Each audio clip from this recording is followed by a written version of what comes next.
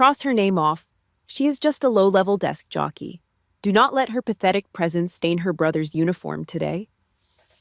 That voice did not come from an enemy officer torturing me. It came from Colonel Daniel Reed, my biological father. He stood less than 10 steps away from me, not a trace of hesitation, no remorse, just a cruel, cold smirk. His own hand had just crossed my name off the security list, blocking his own daughter right at the gate of his retirement ceremony, just to clear the stage to honor his golden son. 15 years I bled in the shadows to protect this family's empire, and in return I get a vicious wave of the hand like chasing away a stray dog. But before I tell you why, that night was the only night in their lives they truly saw me. And the brutal price they had to pay, hit that like button, subscribe to the channel, and do not go anywhere. Because what happens when 500 elite Navy SEALs walk in, no one in my family ever saw coming. The bitter, salty wind of the Atlantic whipped across Naval Station Norfolk, carrying the heavy stench of diesel fuel from the shipyards. The cold bit into my face, but I did not shiver. I stood on the wrong side of the steel security barricades. A young petty officer, second class, stood in front of me, gripping a heavy clipboard. He shifted his weight from his left boot to his right. A bead of sweat rolled down his neck despite the freezing temperature. He looked down at the guest list, then looked past the barricade toward the grand foyer of the banquet hall. Colonel Daniel Reed stood inside his chest, puffed out military medals catching the glare of the crystal chandeliers. The tactical radio strapped to the guard's chest rig crackled with static. My father's voice cut through the noise, loud and absolute. I said, "Scratch her off. Deny entry." The static hissed and died. The young guard swallowed hard. He looked at me with deep, unmistakable pity. That was the absolute worst part. A total stranger, a kid fresh out of boot camp, felt bad for me, while the man who gave me his last name treated me like garbage on his shoe. I looked past the guard into the crowded foyer. The room was packed with heavy brass, men and women I grew up with. Lieutenant Colonel Vance, who used to drink bourbon in our living room on Thanksgiving. Major Higgins, who ate my mother's pot roast every Sunday. They saw me standing out here in the biting cold, and every single one of them looked away. They studied the marble floor. They suddenly found their champagne flutes incredibly interesting. Cowards. Beside my father stood Michael, my older brother. He reached up casually, brushing a speck of dust off the lapel of his tailored designer suit. A slow, sickening half-smile spread across his face. He was soaking it in. The monopoly of attention. The stage was finally completely his. I did not scream.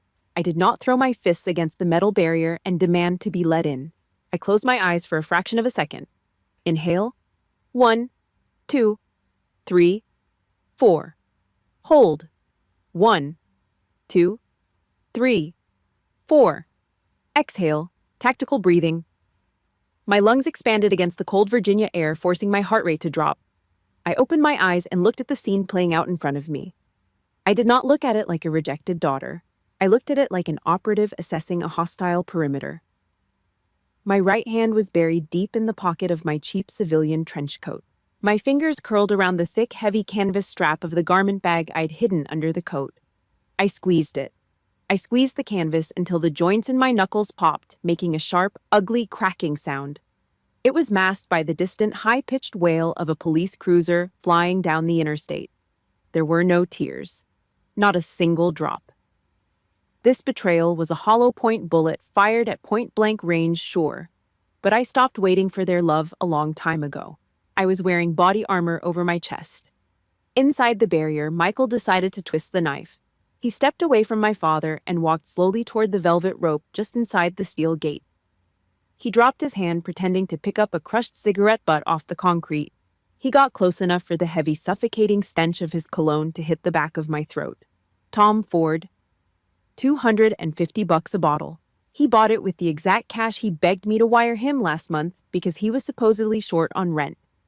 He kept his head down, refusing to make eye contact, muttering under his breath just loud enough for me to catch the words over the howling wind. "Go home, Julia," he whispered. "Do not make this ugly. You do not belong in a room full of heroes. Tonight is about me." I looked down at his hands resting near the pavement. Soft, manicured, spotless. Then I felt the rough, thick, calloused skin of my own palms permanently scarred from fast roping out of Black Hawk helicopters in the dead of night. A parasite standing behind a fence lecturing a ghost about what it takes to be a hero. I did not argue. I did not justify my existence to a coward. I simply stared down at him. My eyes were completely dead, devoid of any warmth, devoid of any familial tie. Michael glanced up, catching my gaze. The arrogant smirk on his face twitched. It stalled. He saw something in my eyes that terrified him, even if his peanut-sized brain could not process what it was. I held the silence until he physically took a clumsy half-step backward. Then I pivoted.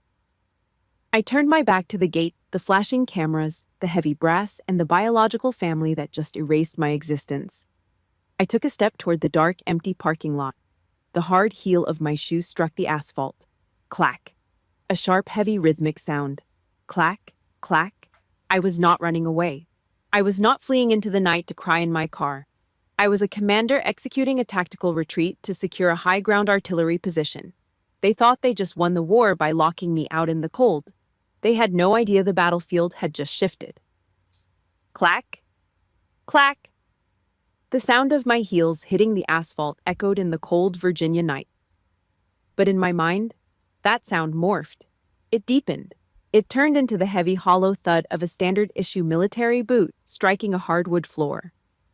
10 years ago, the house in Norfolk. I stood in the dining room.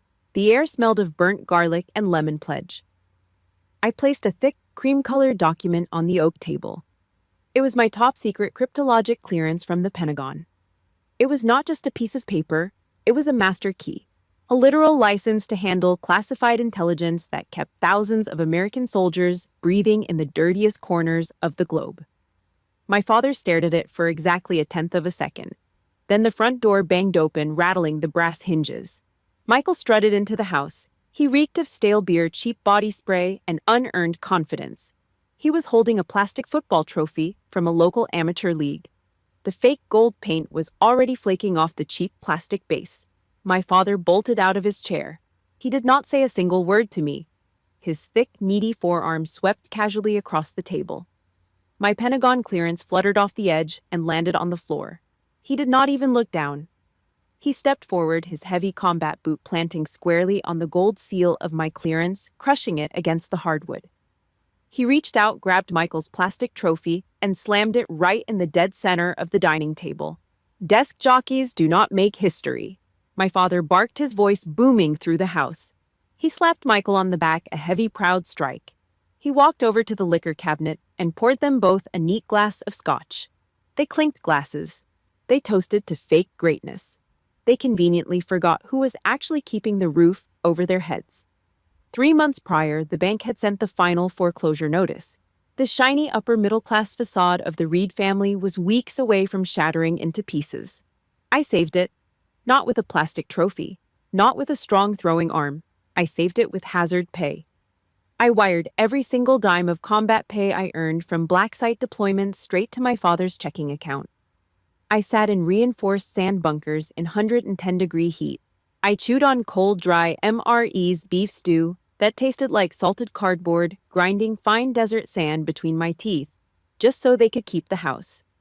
Just so my father could keep playing the role of the successful patriarch and Michael could keep driving a leased truck he could not afford. I looked past the oak table straight toward the kitchen. My mother stood at the granite island. She had a perfectly clear view of the dining room. She saw my father's boot grinding my clearance into the dirt. She saw me standing there completely invisible in my own home. She did not say a word. She did not intervene. She just turned her back to me, grabbed the stainless steel faucet handle with white knuckles, and cranked the hot water on full blast. Steam rose from the sink, fogging the glass window in front of her. The loud, aggressive rush of water hit the aluminum basin. She used it to drown out the sound of my father and brother laughing. She used it to drown out her own cowardice. That was the real poison in this house, the silent complicity. None of them wanted to acknowledge me, because if they admitted I was the one holding the foundation together, they would be forced to look in the mirror. They would have to admit their golden boy was just an empty, hollow shell and that they were entirely dependent on the daughter they despised. I slowly crouched down. I reached out and pulled the crumpled paper out from under my father's heel. The thick cream stalk was ruined. A dark, dirty imprint of a Vibram boot sole was permanently stamped right over my printed name. I ran my bare thumb over the gritty dirt left by his shoe. I did not cry. My pulse did not even speed up. Instead, something deep inside my chest just clicked off. A heavy steel door slammed shut, locking the deadbolt. I realized right then in the middle of that dining room that they did not want me alive. They did not want a daughter. They just wanted my money and my shadow. They needed me in the dark so Michael could stand in the light. If you have ever been the invisible child in your family, the one who carried the heavy load while someone else got all the praise and the glory, type survivor in the comments below. Hit the like button and subscribe because you know exactly how cold this realization truly is. I smoothed the ruined paper out against my thigh. I folded it perfectly in half, creasing the sharp edge with my thumbnail, and shoved it deep into my coat pocket. I stopped trying to earn a seat at their table that night. I walked out the front door and went back into the dark. I went back to the only place where my worth was measured in blood and survival, not in cheap plastic and delusions. I had a war to fight. But the real enemy was not just hiding in a desert overseas. The real enemy was sitting in my living room, draining my bank account while I bled. And 2 years later, locked inside a freezing intelligence room, that same parasite would push his luck one last time, forcing me to make a choice between his bar tab and the lives of 12 American men. 2 years ago, Operation Silent Echo. The SCIF, Sensitive Compartmented Information Facility. No windows, no natural light. Just heavy steel doors and industrial air conditioning blasting at a constant 50 degrees to keep the server racks from melting down. My skin was pure ice, but cold sweat soaked right through the heavy cotton collar of my uniform. On the main radar screen, 12 green dots blinked erratically. A Navy SEAL team. They were pinned down in a deep hostile valley. Their communication lines were completely dead. A heavy enemy artillery unit was locking onto their exact grid coordinates. 90 seconds. That was the exact window I had to manually bypass a 3-tier military firewall, hijack a low-orbit spy satellite, and feed targeting coordinates to an offshore destroyer. If I failed, those 12 men would be vaporized into the dirt. My fingers hammered the heavy mechanical keyboard. Clack, clack, clack. A brutal, deafening, desperate rhythm. My heart hammered against my ribs, like a physical fist. Blood pressure redlining. A sharp, violent pressure spiked directly behind my eyes. I felt a sudden warm wetness slide down my upper lip. Blood. A heavy drop of crimson fell. It hit the spacebar. Then another drop splattered against the plastic edge of the desk. I did not stop to wipe it. I did not even blink. 80 seconds. I was pulling the raw latitude and longitude through a wall of encrypted static. Ping. A notification window popped up in the upper right corner of my secondary monitor. A text message. It slipped right through the emergency family relay channel. It was Michael. Send me $500. The guys are waiting at the sports bar. You just sit at a desk all day anyway. I actually bust my ass doing drills. I need to relax. I stared at those black letters on the bright white screen. The thick, sharp copper taste of blood pooled in the back of my throat. I swallowed it hard. It tasted like rust and failure. 12 American men were currently bleeding in the desert dirt, waiting for a ghost in a freezing room to save their lives. And my biological brother was standing in a sticky-floored local pub, annoyed that he could not buy a round of cheap draft beer to impress his warehouse buddies. One side demanded my blood. The other side demanded my money. I reached over and hit the block button on the relay channel. I deleted the message. My hands went back to the keyboard, grinding out the final encryption keys. My vision started to blur at the edges. I forced my eyes wide open. 85 seconds, 86, 87. I slammed the enter key with the heel of my palm. Second, 88. The coordinates cleared the satellite uplink. A massive overlapping grid of United States naval artillery fire activated on the tactical map. The radar lit up bright red. A wall of fire wiped the enemy position exactly 50 meters away from the cluster of green dots.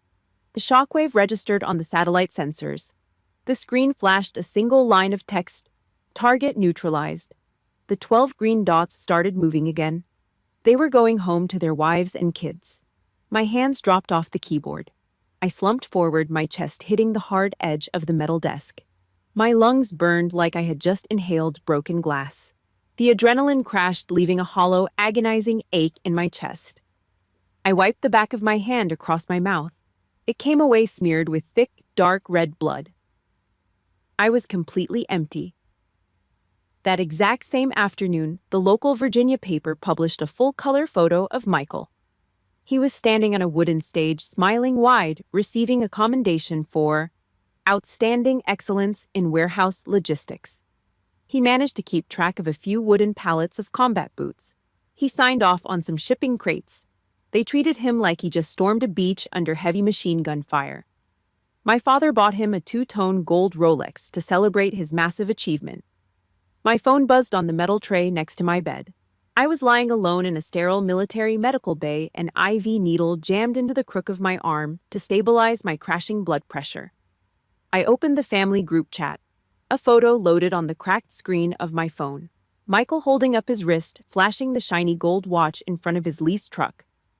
"Hard work pays off," the caption read. I stared at the screen. I tasted the dried blood flaking off my cracked lip. They drained the life out of me in the dark just so they could plate him in fake gold in the daylight. He was a complete fraud. A pathetic parasite wearing a uniform he did not respect, pretending to be a hero on the backs of real soldiers. I locked the phone screen. I dropped the device into the plastic bin next to the hospital bed. I stared up at the blank white ceiling tiles. I was entirely alone in this world. Blood meant absolutely nothing. Until the heavy steel door of the medical bay suddenly clicked open. I did not get a parade when I rotated back to the States. No brass band playing on the tarmac, no yellow ribbons tied around the oak trees in my front yard. I walked into my office at Fort Meade, my vision still a little blurry from the blood pressure meds they pumped into me at the clinic. The room was sterile, dead quiet, smelled like ozone and industrial floor wax. But sitting dead center on my cold metal desk was a piece of paper. It was not standard issue printer paper. It was a thick green sheet torn out of a Write in the Rain tactical notebook. The edges were jagged.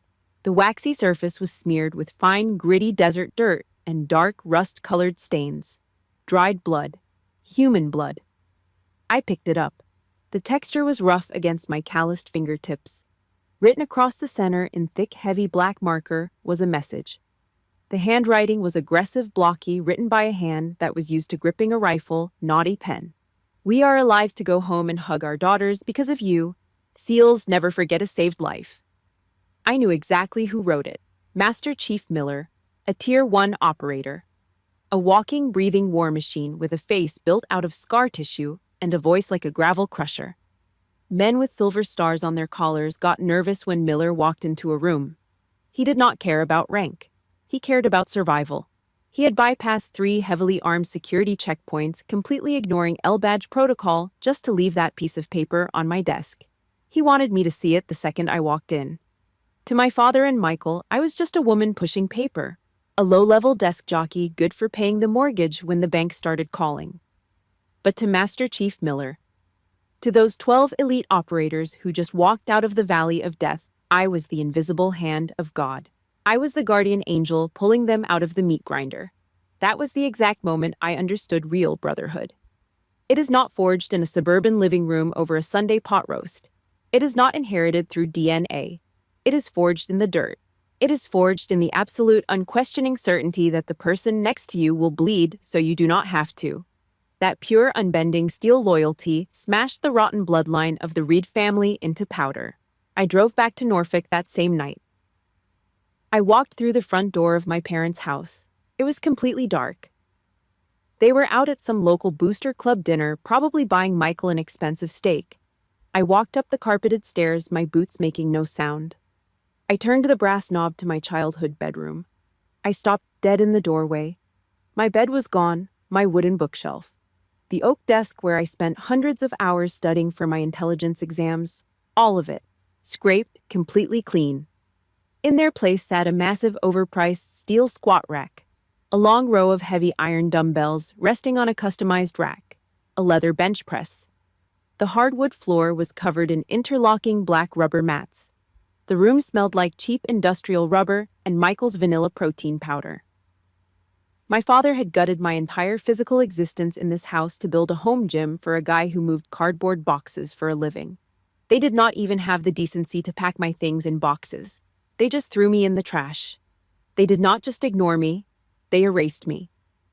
I stood in the doorway of that empty rubber-matted room. I did not yell. I did not break down and cry. I slid my right hand deep into my jacket pocket. My rough fingers brushed against the folded, blood-stained page of the tactical notebook. My biological family had wiped my name from this house, but a team of killers halfway across the world had carved my name right into their souls. The memory faded, snapping me hard back to the freezing asphalt of the Norfolk parking lot, the present day, the retirement ceremony. I stepped away from the security barricade and walked deeper into the rows of parked cars. I stopped and leaned my back against the cold, hard grille of a blacked-out Jeep Wrangler. I crossed my arms, tucking my hands into my coat to block the wind. The humiliation tried to crawl back up my throat, the sharp sting of being locked out in the cold while my father clinked champagne glasses with my brother inside that warm, bright banquet hall. They expected me to break. They expected the invisible daughter to finally crack, get in her sedan, and drive away in tears. I reached into the deep pocket of my trench coat. My fingers did not find a crumpled piece of paper this time. They wrapped around the thick, heavy casing of an encrypted JSOC satellite phone. The plastic was freezing cold. The weight of it in my palm was absolute. I was not that weak, desperate girl staring at an empty bedroom anymore. I was not the family ATM. I ran my thumb over the secure transmission button. I held an entire underground empire in my pocket.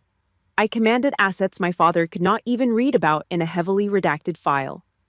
I pulled the phone out. The small green screen illuminated my face in the dark parking lot. It started to vibrate. My thumb hovered over the heavy rubber button of the satellite phone. The screen cast a pale green glow across the dark fabric of my coat. Before I could press it, a sudden violent gust of heavy sea wind ripped through the parking lot, carrying the sharp scent of salt and diesel fuel. It caught the edge of a thick plastic clipboard resting on the flat hood of the black Jeep Wrangler next to me. The heavy metal clip groaned, then snapped open. The wind whipped the thick stack of papers up, scattering the top few pages across the freezing, wet asphalt. I did not care about the mess. It was not my problem. But 15 years of conditioned intelligence work made my eyes automatically track the bold black text on the remaining pages, still pinned to the board. It was the Master Security Manifest, the internal logistics, VIP movement schedules, and guest seating charts for the entire retirement banquet.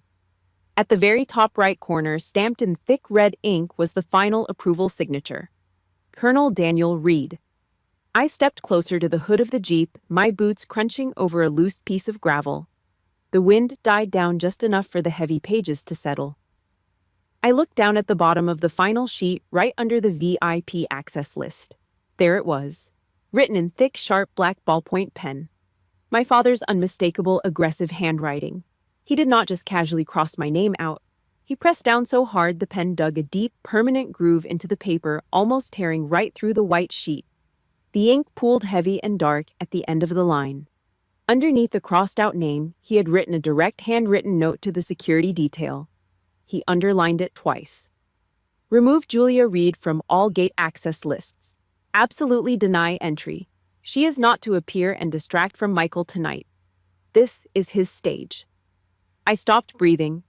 The cold Virginia air in my lungs went completely stale. I stared at the thick black ink. It was not a clerical error. It was not a miscommunication with the event staff. It was not my father getting busy and forgetting to add a +1 to the master guest list. He did not just casually dismiss me in the heat of the moment. He sat down at his heavy oak desk. He took a pen. And he, methodically, coldly, and brutally engineered my absolute humiliation. He planned my exclusion like a commanding officer clearing a minefield to make way for a victory parade.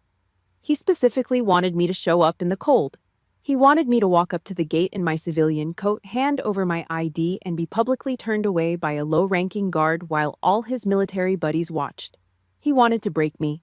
He wanted to make sure I knew exactly how worthless I was compared to Michael the Golden Boy. My heart did not race. It did the exact opposite. The heavy thumping rhythm in my chest slowed down.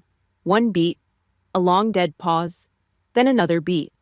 The lingering, pathetic ache in my chest, the tiny, bruised, desperate part of me that still wanted her father to just look at her and say, "Good job," finally flatlined. It was completely gone. Dead on arrival, I felt a rush of ice-cold air shoot straight down my spine. Narcissists love to gaslight. They love to look you dead in the eye after they gut you and say, "You are overreacting. I never meant it like that. You are just being too sensitive." They rely on your lack of proof. They rely on your desperation for their love to make you doubt your own sanity. They twist the knife and then convince you that you fell on it yourself. But right here, sitting on the dusty hood of a Jeep Wrangler, I had the receipts. Paper, ink, intent. I did not rip the paper off the clipboard. I did not scream into the dark, empty parking lot. I did not throw a punch at the steel door of the Jeep to shatter my knuckles. I reached into my coat and pulled out my smartphone. Click. The camera shutter sounded loud and sharp in the quiet lot. I took 3 perfectly clear, high-resolution photos of the security manifest. I made sure the flash caught the red approval stamp and the black handwriting perfectly. I zoomed in on the double underline. I slipped the phone back into my pocket. The contract of blood was permanently terminated. They relied on my silence for 15 years. They relied on my habit of taking the hit, bearing the pain, and quietly walking away to lick my wounds in the dark while they cashed my checks. They thought the invisible desk jockey was just going to sit in her cheap sedan, cry over the steering wheel, and drive back to Fort Meade in defeat. They were dead wrong. The concept of family died the exact second that shutter clicked. The woman standing in this parking lot was no longer a rejected daughter begging for scraps at the table. She was a vice admiral in the Joint Special Operations Command, and she was ready to execute a hostile takeover. The heavy encrypted satellite phone in my deep pocket vibrated against my thigh. 2 short, sharp bursts. 2 short, sharp bursts of vibration. The heavy encrypted JSOC satellite phone buzzed against my right thigh. It was a dense block of black polycarbonate and reinforced military-grade rubber. It did not make a friendly civilian ping. It did not play a standard ringtone. It delivered a hard, violent physical shake against my leg. I pulled my hand out of my coat pocket. The freezing Atlantic wind immediately bit into my bare knuckles, turning the skin tight and raw. I gripped the heavy device and pulled it out into the dark. The small recessed screen flared to life. It cast a pale, cold green glow across my face, reflecting in my eyes. This was not a standard cellular network. This was a Level 1 secure transmission line, bypassing commercial cell towers entirely, bouncing straight off a classified military satellite orbiting in the freezing vacuum of space. Only a handful of people in the Western Hemisphere had the direct routing code to trigger this specific device. I pressed my cold thumb against the biometric scanner on the side of the heavy casing. The screen unlocked. A single text message waited in the secure inbox. I looked at the sender ID, Admiral Thomas Vance, Supreme Commander of the Joint Special Operations Command, a man with 4 silver stars pinned to his collar and a chest buried in genuine blood-soaked combat ribbons. He was the man who actually pulled me out of the mud. The commander who looked at a battered, exhausted, invisible intelligence officer and handed her a sword. I opened the message. The text was short. It did not waste time with pleasantries or soft introductions. Vance did not operate like that. He spoke in artillery strikes. I saw the gate security log. I stopped breathing for a fraction of a second. Of course he did. The man had digital eyes on every single perimeter in the country. He knew exactly what was happening on the ground at Norfolk. "We know they crossed your name out, Julia." I stared at the word, "we." He did not say "I." He said, "We." The network. The operators. The silent brotherhood in the shadows. They were watching. The green text continued down the small, glowing screen. "Listen to me. There are 500 elite operators sitting inside that banquet hall right now. Every single one of those men knows exactly who their real commander is. They know who keeps them alive in the dirt." My throat tightened. A hard, jagged lump formed right behind my collarbone. I swallowed it down. "You have bled in the shadows for this country long enough. You let that family hide you in the dark so they could feel tall. Do not let those frauds steal your light tonight. Walk through those front doors. Take your room. That is a direct order. A direct order. It was not a polite suggestion. It was not a piece of warm fatherly advice. It was a tactical command from the highest-ranking officer in my chain of command. I read the pale green text twice. The words hit me like a physical shockwave. A heavy rusted iron chain wrapped tightly around my chest, the one my biological father forged 15 years ago, suddenly snapped. The final link gave out, shattering into pieces. Vance was not just giving me permission to defend myself. He was demanding it. He was reminding me of my rank. He was reminding me of my teeth. I was not the pathetic family scapegoat. I was not the invisible ATM machine meant to fund Michael's bar tabs. I was Vice Admiral Julia Reed. I commanded the deadliest, most efficient intelligence apparatus on the face of the earth. I looked up from the glowing screen. Across the dark, freezing asphalt, the massive floor-to-ceiling glass windows of the banquet hall glowed with a warm, sick yellow light. I could see the blurry silhouettes of the heavy brass moving around inside. Men in tailored suits. Women in expensive dresses. The faint, muffled sound of clinking crystal champagne flutes bled through the thick glass. They were eating expensive catered steak and laughing. They were celebrating a fake hollow legacy built entirely on top of my buried bones. If you have ever had your light completely snuffed out by the people who were supposed to protect you, and you had to strike your own match to light it back up in the dark, type the word "ready" in the comments below. Hit that like button and subscribe, because the moment of payback has finally arrived. I looked back down at the secure device resting in my palm. I did not type a long emotional paragraph. I did not thank him for his validation. I typed 2 words. Copy that. I hit send. The transmission encrypted instantly and vanished into the digital ether. The screen went completely black. I shoved the heavy phone back deep into my coat pocket. My physical posture shifted. The civilian slouch was gone. My spine straightened like a steel rod. My shoulders rolled back, locking into a rigid, perfect military brace.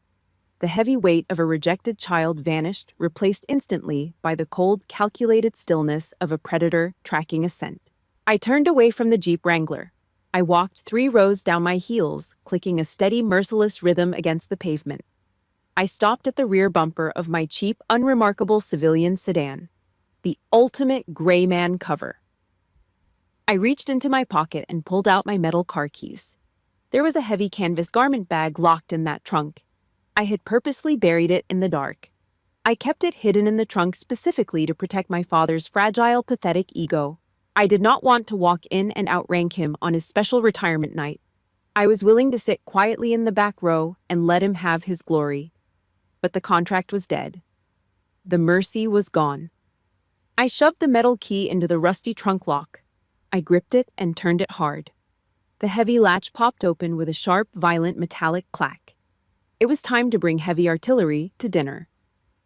The rusted hinges of the trunk whined in the bitter cold as I shoved the lid open. The small trunk light flickered, casting a weak yellow glow over a spare tire, a dirty lug wrench, and a heavy black canvas garment bag.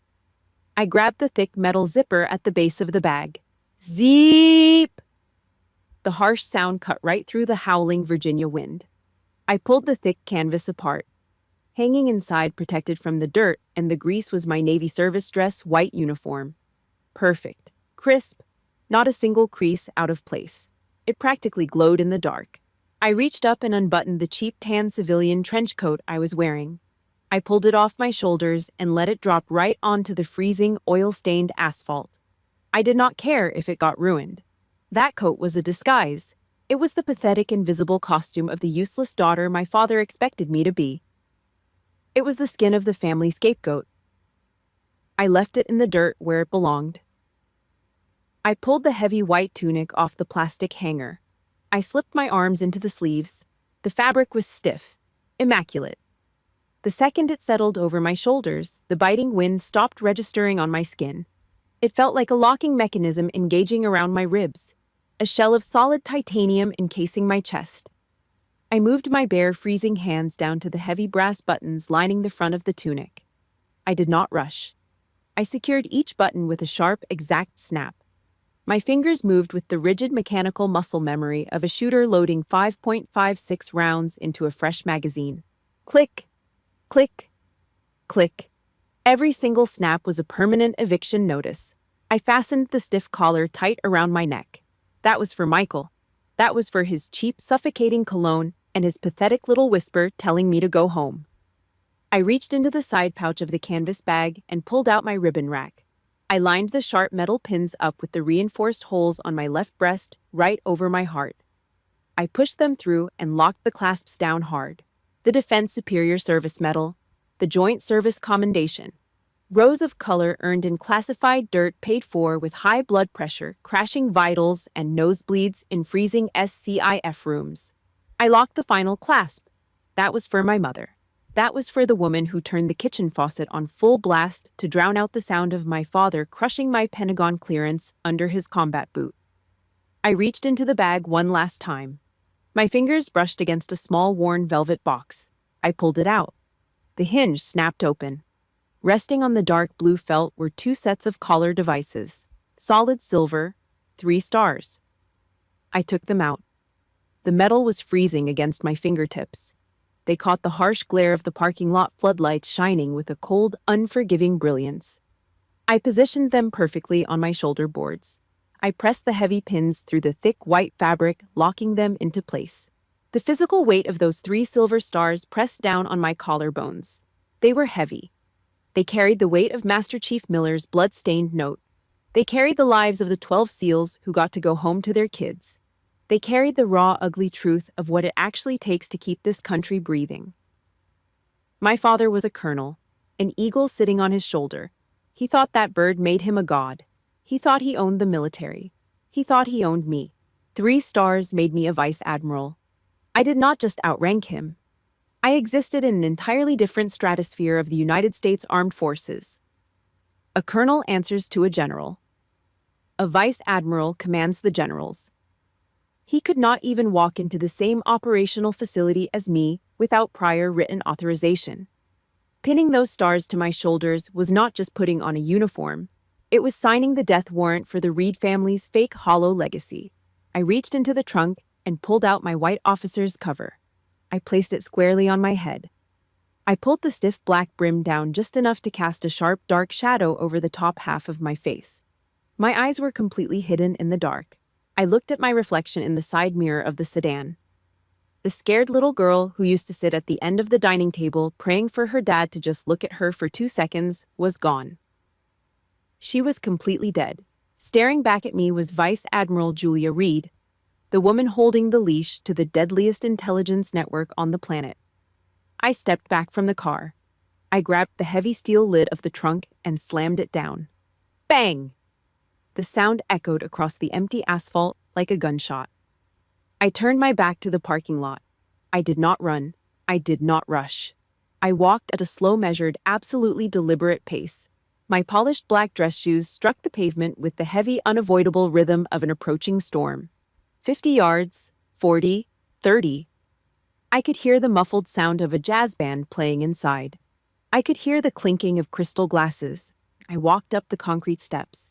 I stopped right in front of the massive, heavy oak doors of the banquet hall. I reached out and grabbed the brass handles. The heavy brass handles of the double oak doors were ice cold against my bare palms.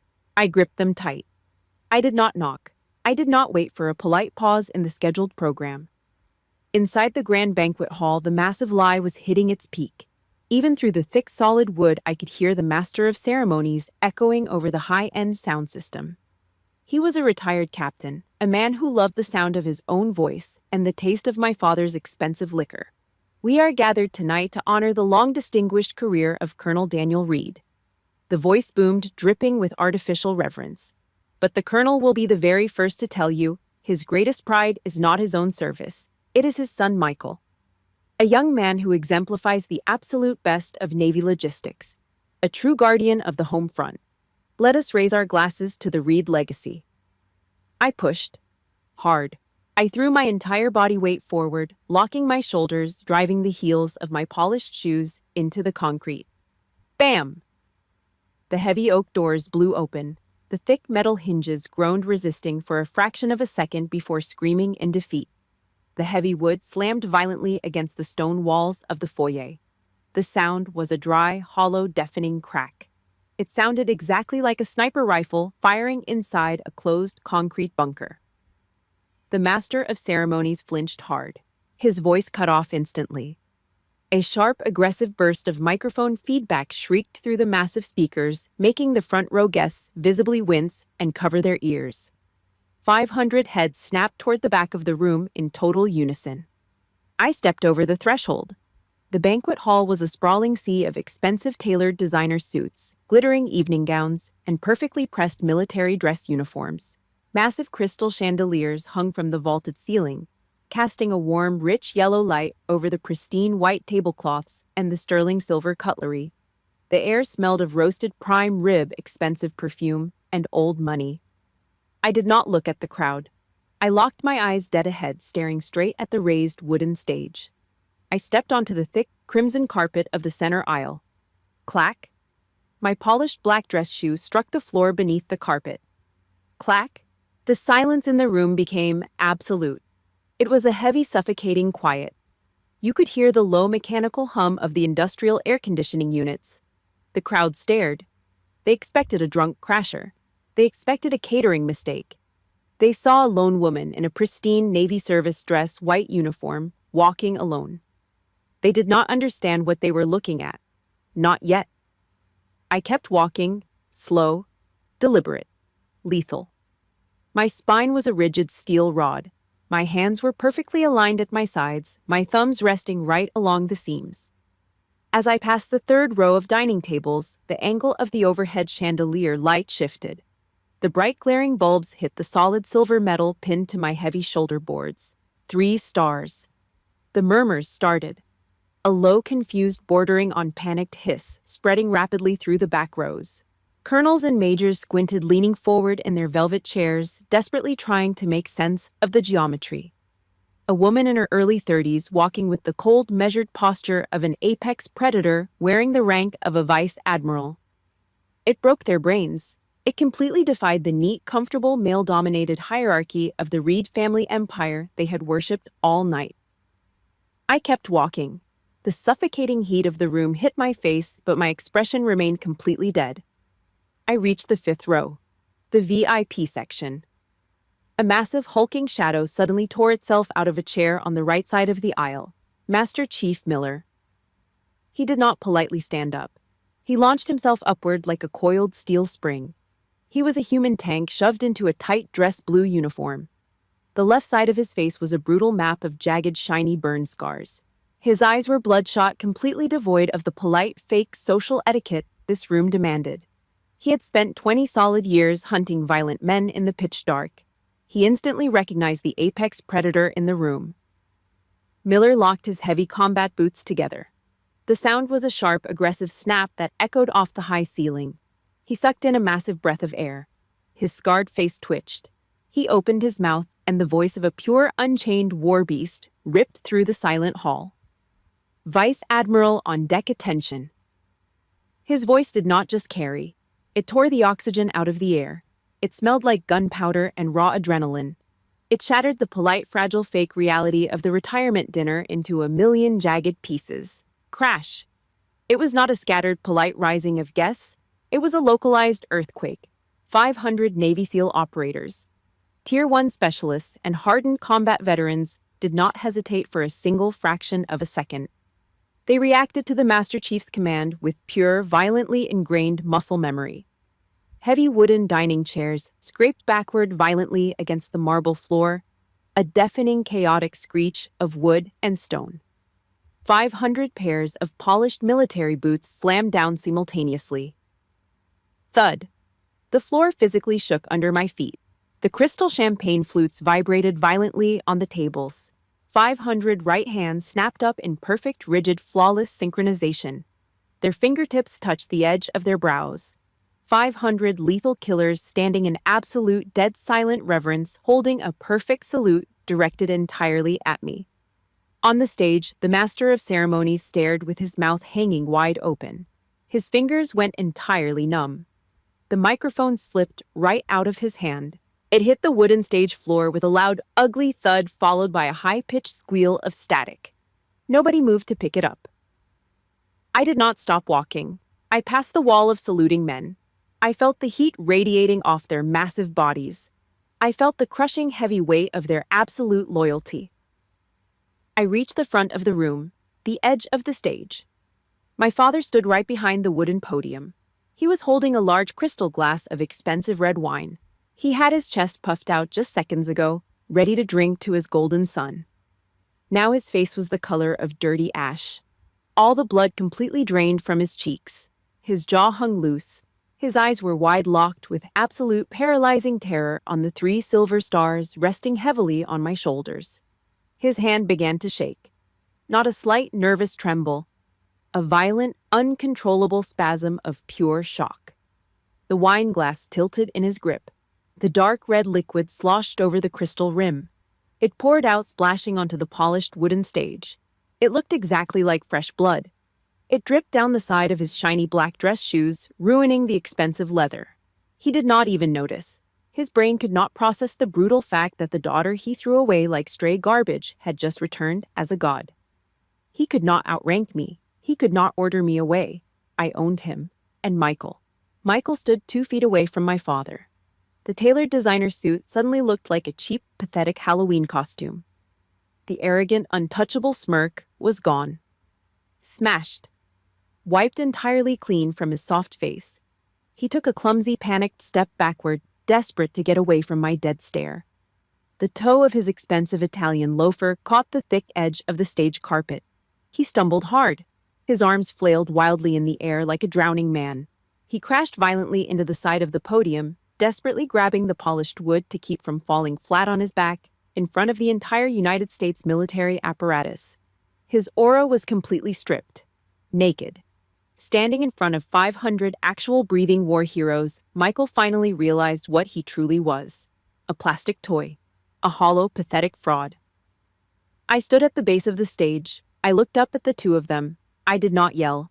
I did not demand a groveling apology. I did not explain my rank or justify my existence. I did not say a single word to either of them. They did not deserve the sound of my voice. The suffocating heavy silence was a much more brutal execution. I turned my back to the stage. I walked over to the center VIP table right in the absolute front row. The seat meant for the supreme guest of honor. The exact seat my father had specifically ordered security to deny me. I grabbed the back of the heavy wooden chair. I pulled it out over the marble floor. I sat down. The throne had officially changed hands. The rest of the retirement ceremony felt like a funeral. The loud, obnoxious cheering was completely dead. The clinking of crystal glasses stopped. The brass band in the corner packed up their brass instruments and quietly slipped out the side door. People spoke in hushed, nervous whispers. The heavy brass, the same colonels and majors who had looked away from me at the security gate, now actively avoided making eye contact with my father. They treated him like he was infected with a terminal disease. Instead, every pair of eyes in that room was fixed on the center VIP table. Fixed on me. Admiral Vance did not send a proxy. He walked right down the center aisle, his 4 silver stars catching the chandelier light. He stopped right in front of my chair. He did not ask for my father. He ignored him entirely. Vance extended his right hand to me. "Thank you for keeping our brothers alive, Vice Admiral," Vance said. His voice was loud, deliberate. He made sure every single person in that room heard it. I stood up and shook his hand, a firm, equal grip. In my peripheral vision, I saw my father. He was standing 10 feet away near the catering station. His hand shook violently as he set his empty wine glass down on the wooden table. Clack, clatter. The thick crystal base rattled against the wood. He wanted to walk over. He desperately wanted to step into the circle of power to clap me on the shoulder and pretend this was a proud family moment. He could not.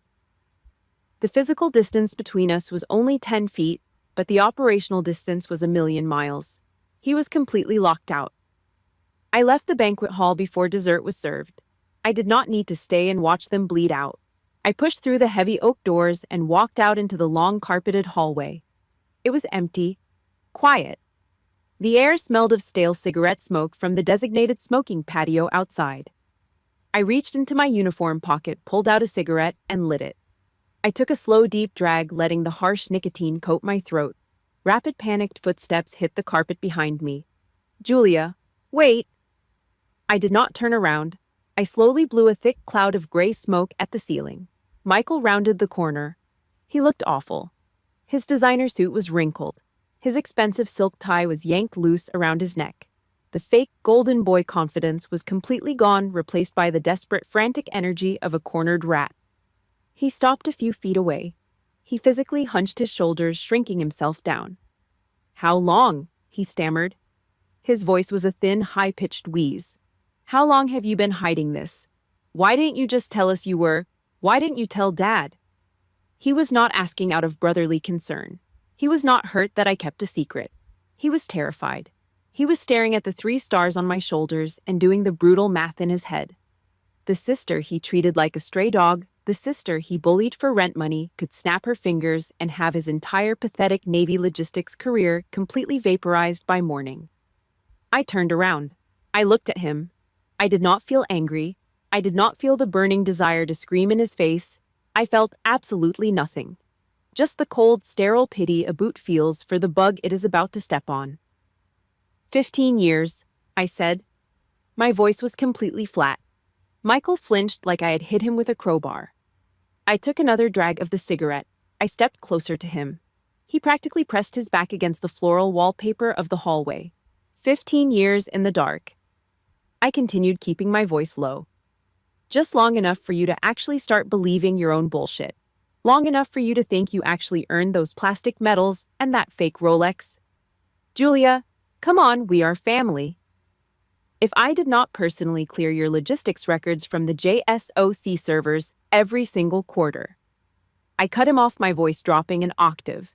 You would have been court-martialed for gross incompetence a decade ago. You are nothing, Michael.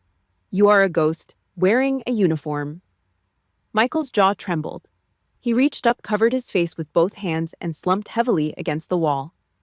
The spine of the golden boy officially snapped. I turned away from him and walked toward the exit. Julia.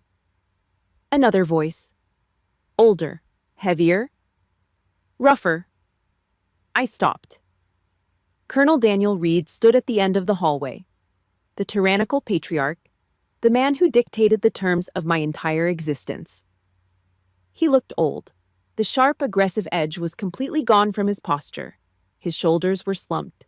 His chest was hollow. He took a slow, heavy step toward me. He opened his mouth. I could see the gears turning in his head. He was trying to find the right tone.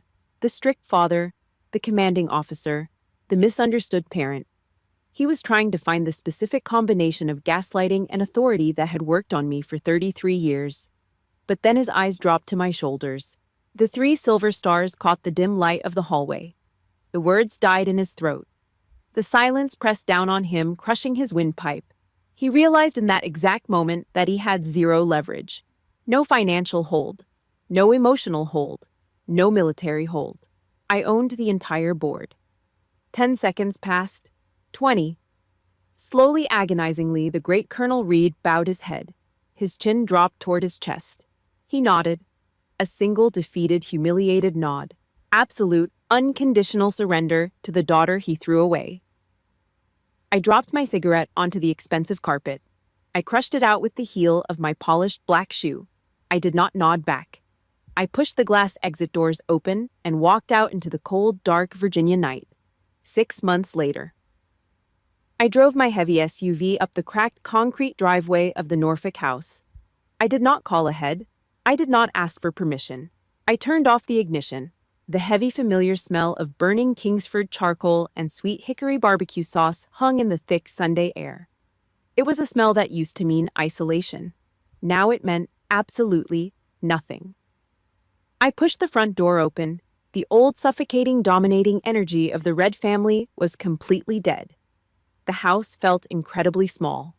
Quiet. My mother was standing at the kitchen island. She almost dropped a heavy ceramic plate when she saw me standing in the foyer. She grabbed a damp rag and frantically wiped down a perfectly clean granite countertop, refusing to make eye contact. My father heard the heavy click of the front door. He jumped up from his worn leather recliner in the living room like a private caught sleeping on guard duty. He rushed over to the oak dining table and pulled a heavy wooden chair out for me. His posture was rigid. Khaki slacks, tucked-in polo shirt. Submissive. He was not greeting his daughter. He was yielding space to a 3-star flag officer. They were submitting to my brass, not my blood.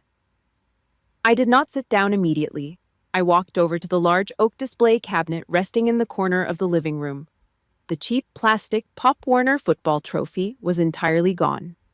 Banished to a dark, damp cardboard box in the garage. Michael's framed warehouse logistics commendation was missing from the wall.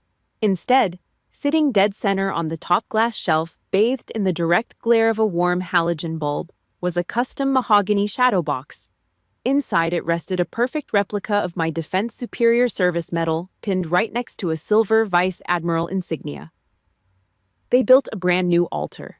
They were desperately trying to attach themselves to my military success, trying to maintain their fragile illusion of a great patriotic military family. It was pathetic. I turned around. Michael was sitting at the far end of the long dining table. He was wearing a faded gray t-shirt. The two-tone gold Rolex was nowhere to be seen.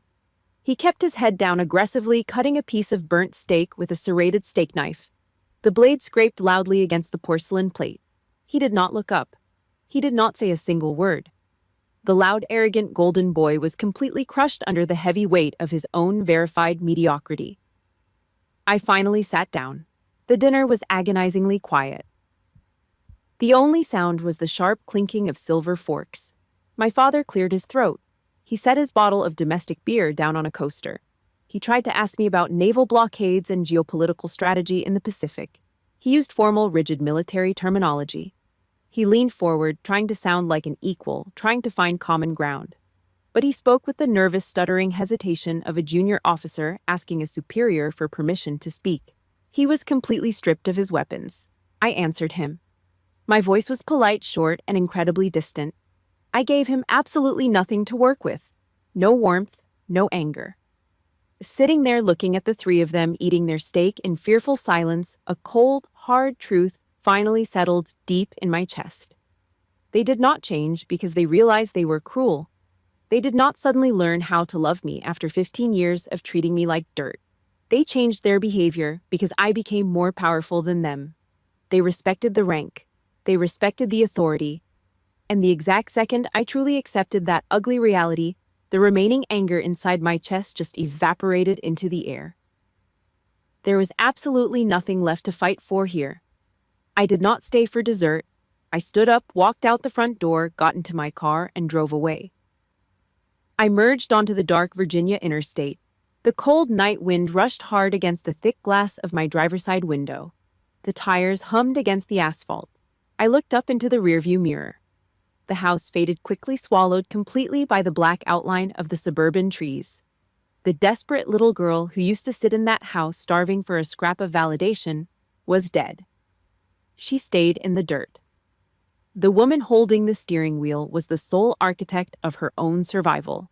The greatest healing does not come from forcing your abusers to apologize to you. It comes from walking into the fire, forging your own sword, and building a fortress so incredibly high that nobody sharing your last name can ever reach you again. My story ends right here. If you have ever found a piece of yourself in this kind of silent, brutal survival, hit that like button, subscribe to the channel, and leave a comment below sharing exactly how you forged your own armor to overcome the trauma of a toxic family. I want to read your stories.